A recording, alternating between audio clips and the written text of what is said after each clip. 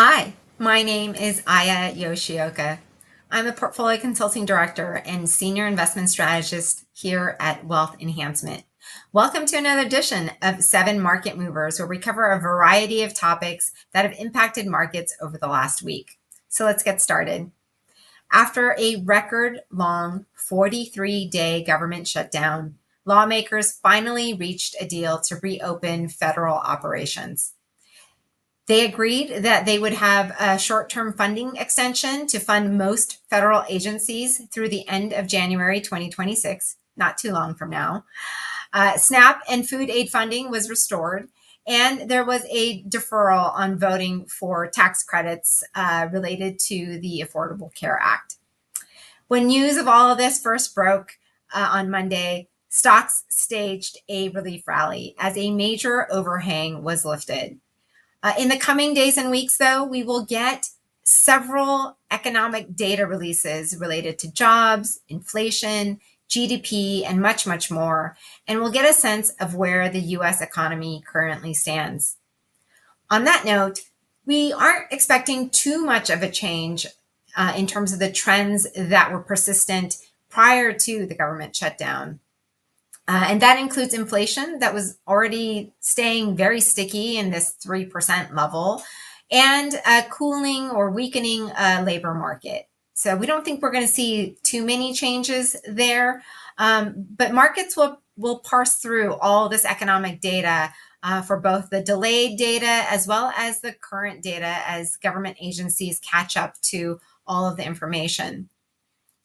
We will then, as market participants, crystallize around what the probability of that December Fed cut will be. Right now, it currently stands at about 65% in terms of the probability that the Fed will cut again and do another 25 basis point cut. But again, that will crystallize and become more clear as we approach that next Fed meeting in December. We are on track for a third consecutive year of double-digit gains in the S&P 500. And yesterday we saw the Dow Jones Industrial Average break through the 48,000 milestone.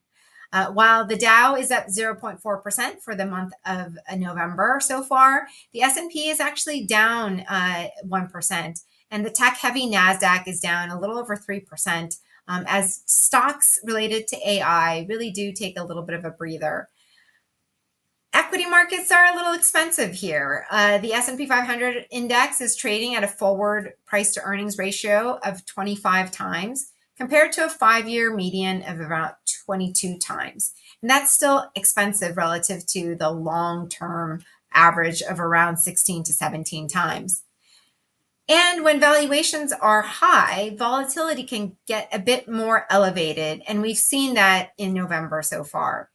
The VIX index, an indicator of market volatility, is currently showing a reading of around 20.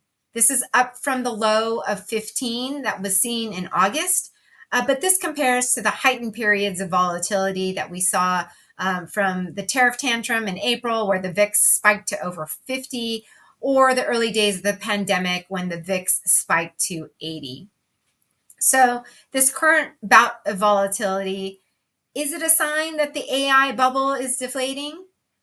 We don't necessarily think so, perhaps, right? There's been a lot of talk about the AI bubble, but this can be viewed positively overall as we see a little bit of a breather in markets. So we think that the AI build out is going to continue for quite some time, but it also happened with the internet as well. Sometimes investors get a little ahead of themselves. And we think that having a little bit of a pause in some of these names can be very healthy. And we're seeing a good rotation across markets into other areas that are seeing some valuation support. So areas such as healthcare and energy were unloved all throughout 2025. And they're starting to see some investor interest as people take some profits off the table in tech. They're not running away from the market overall.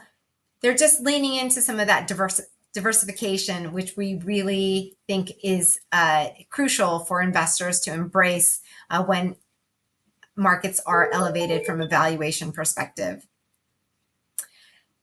With that, if you would like to discuss your portfolio, please reach out to a financial advisor here at Wealth Enhancement, and we'd be happy to discuss your portfolio or our market outlooks with you. Thanks so much for listening, and have a great one.